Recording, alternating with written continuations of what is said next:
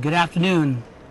We're down here at the confluence of the Little Colorado River and the Colorado River.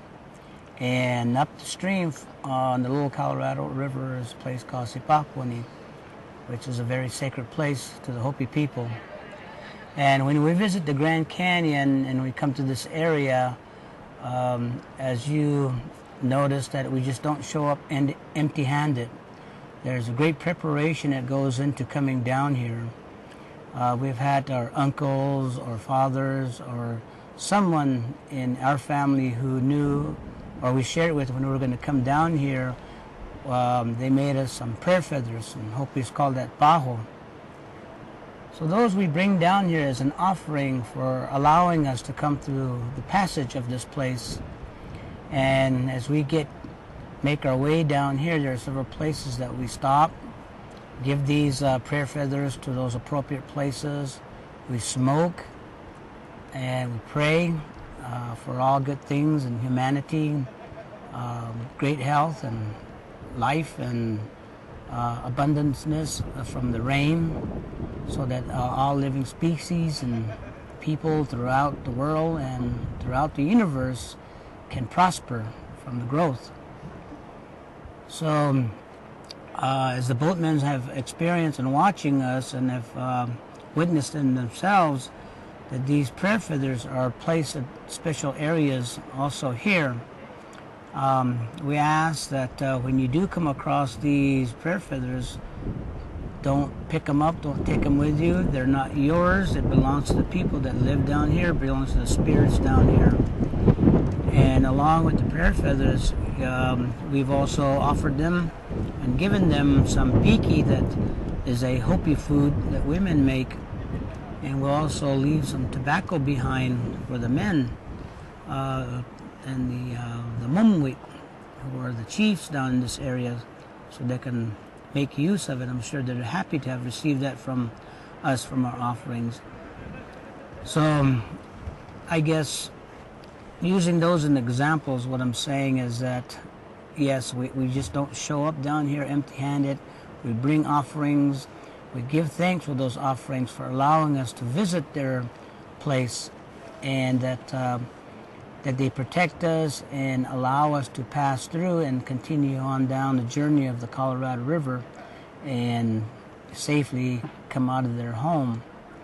And as the previous individual, Howard Dennis, had stated too, you guys, is that this is where we come to when we pass on, that we come back down here, and this is where we live, or this is where we come to, and our people are expecting us once we pass on.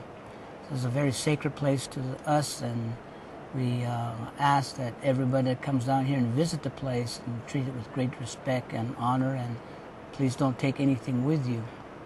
Thank you. Wakwa. Today we're here at Al's Chasm. Al's Chasm. Ipampami. Wamnaka. For the Hopi, we know of a lot of places where there's water, the springs, natural springs. For us, they're really sacred, and we leave offerings at different places for the water itself or life. But one way that I kind of view the springs is that they give life to every living thing. And I hope, that in the future when people come here to visit, it's good, but not to be destructive towards it, and to have respect for the place. And for us, or for me, it's kind of it gives life to everything. It has a breath, what we refer to as like a hiksi. So when we come here, we pray for the waters, for the rains to go back to the mesas to help our people out, not just the Hopi people, but for all people in general. Springs are very sacred because they give us life. They have their own life also. And looking just around this area, you can just feel, that it's a real special place. Imagine long ago, you know, people coming here for their water supply and giving, you know, offerings back then. Things haven't really, you know, changed as in the way that we do things still today. But I just, you know, kind of wanted to relate to the public that not to be destructive towards it and to have respect for it. When we do leave offerings here, that we also pray for this, for these springs to have life always, that they'll always be flowing, that they'll never cease to exist for all the good in life. Yeah. That's very important.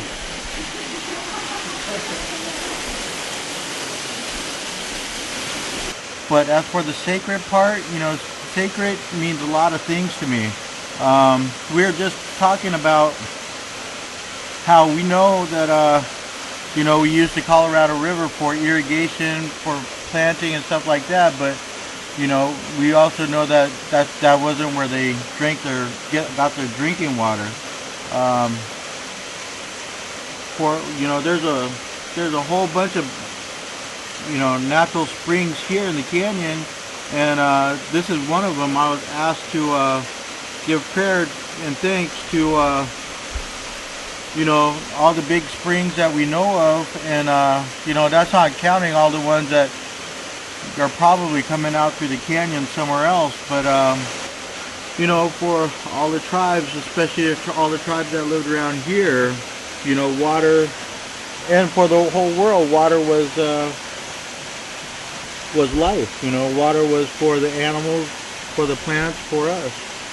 And you know, for me, giving thanks for, you know, here, you know, that's just part of me saying, you know, thank you for keeping our people alive. You know, some of that I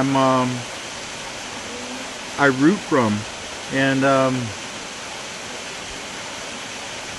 there's something else. As for, you know, coming here and having fun, I'm all for that too. You know, I'm through here, and last time I was here, you know, it was nice to be able to come and enjoy Mother Nature and swim around and stuff like that.